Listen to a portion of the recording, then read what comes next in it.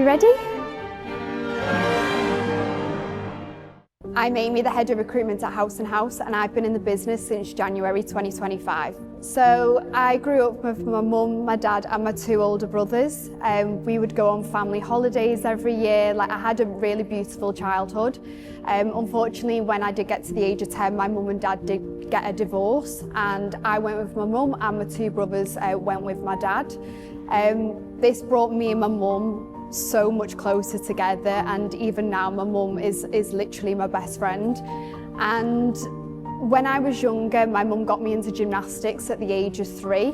I was very lucky and blessed that I was actually good at the sport, and at the age of 7 I did get into the Great Britain squad for the World Class Start programme. And from the age of 7 I didn't really go to primary school too much. I was travelling the world quite a lot. I was going to competitions in Belgium, Portugal, Boston, Norway. So it was a little bit of an unusual childhood, I would say, for the standard child. But I was winning medals all around the world. I won gold at the British Championships. So yeah, it was such an amazing childhood with so many memories. When I was around the age of 13, my mum met my stepdad, and my stepdad is a huge part of my life. He basically brought me up through my teen years, and I truly believe I wouldn't be where I am today without my stepdad being that role model for me. He's got multiple businesses, and he always told me that you are going to be amazing in life and you're always going to be so special. We're getting a bit choked up. Sorry, I don't know if I'm getting choked up. Oh my God, what's wrong with me? So my stepdad taught me a lot through life, and he always pushed me to be better, do better, and I wouldn't be, like I said, I wouldn't be where I am today. And yeah, I'm super proud of how far I've come.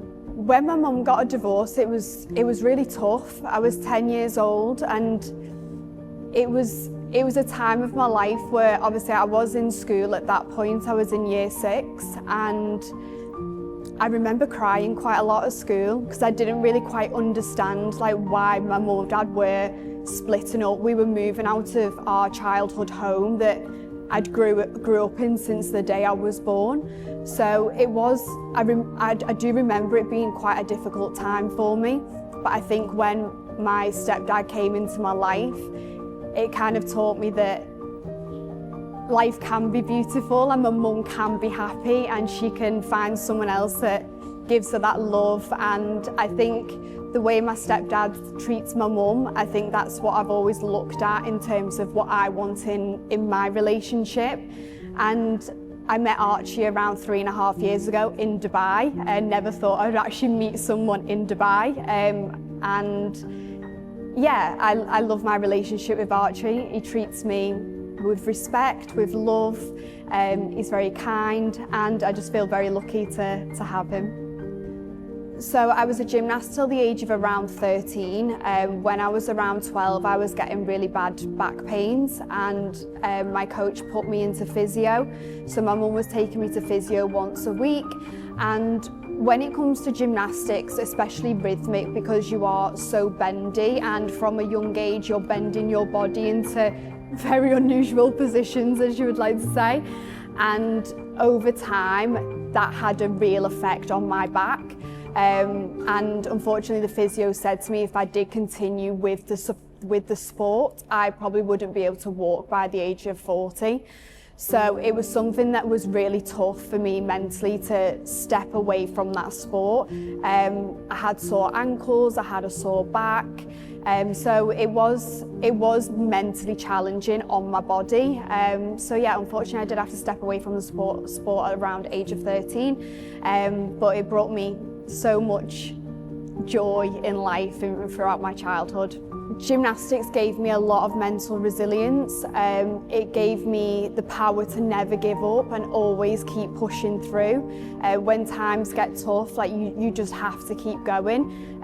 There was times when I cried a lot. I was very young and I was away from home quite a lot. but I think that shaped me into the person that I am today, and that's why I ended up moving on to my previous career, which was cabin crew, where I was travelling the world quite a lot. But it's definitely shaped me to the person that I am today. I feel very strong mentally, and I feel like I can get through absolutely anything.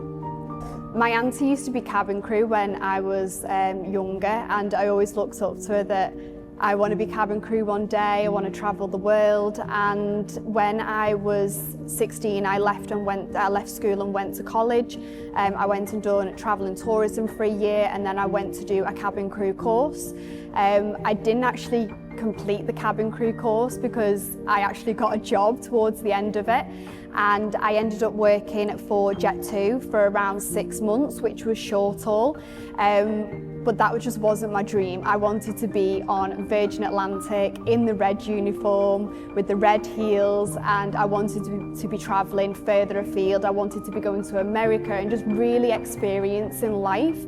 So I done Jet2 for around 6 months, and then it was like a summer season. And while I was at Jet2, Virgin Atlantic opened their applications, and it was very rare that Virgin opened applications. So I applied, I went for multiple interviews, and yeah, I got the job when I literally just turned 18. And that was the moment that I was just so grateful and so proud that I was just going to live this life and start traveling the world and just be a free spirit and experience things that I'd never experienced before. I'm from a little village, so to be able to go to beautiful places around the world was amazing for me. And I was there for 6 years, and yeah, it was one of the best times of my life. Unfortunately, my career came to an end because of COVID. They made a lot of redundancies at Virgin. I think there was around 1,500 redundancies, and unfortunately I was one of them. So during COVID, I spent a lot of time at home. I was with my mum quite a lot. We were going on walks every day. Like, our day out was going to Tesco. Like, we'd loved going to Tesco and just shopping because we couldn't really go anywhere else. And I started working for my stepdad. As I mentioned, my stepdad has multiple businesses. So I started doing his taxing, invoicing, admin. I was sat in his tiny little office, and I was like, wow, this is depressing. Like, this isn't where I see my life. I just spent 6 years traveling the world, and now I was stuck in the UK. And again, that became very mentally challenging. I just love traveling so much. So I remember I'd done around 10 months in the UK, and I was like, do you know what, this isn't for me. I have to get out of here. I just feeling very down, just wasn't myself. So I started looking online. I started applying for jobs in Dubai, and I told my mum and stepdad while we were sat having dinner, I'm moving to Dubai. And they were like, you're absolutely crazy. Like, they couldn't see me moving abroad and actually doing it and staying somewhere. So yeah, I ended up packing my bags, and within 3 weeks I'd sold my car and I was on a flight to Dubai. I started my career in leasing. I was focusing on an area called Arabian Ranches. I was renting quite a lot of properties in 2 different sub-communities, Al Reem and Alma. I did do a couple of deals in Sahil as well, which were a bit more like higher value.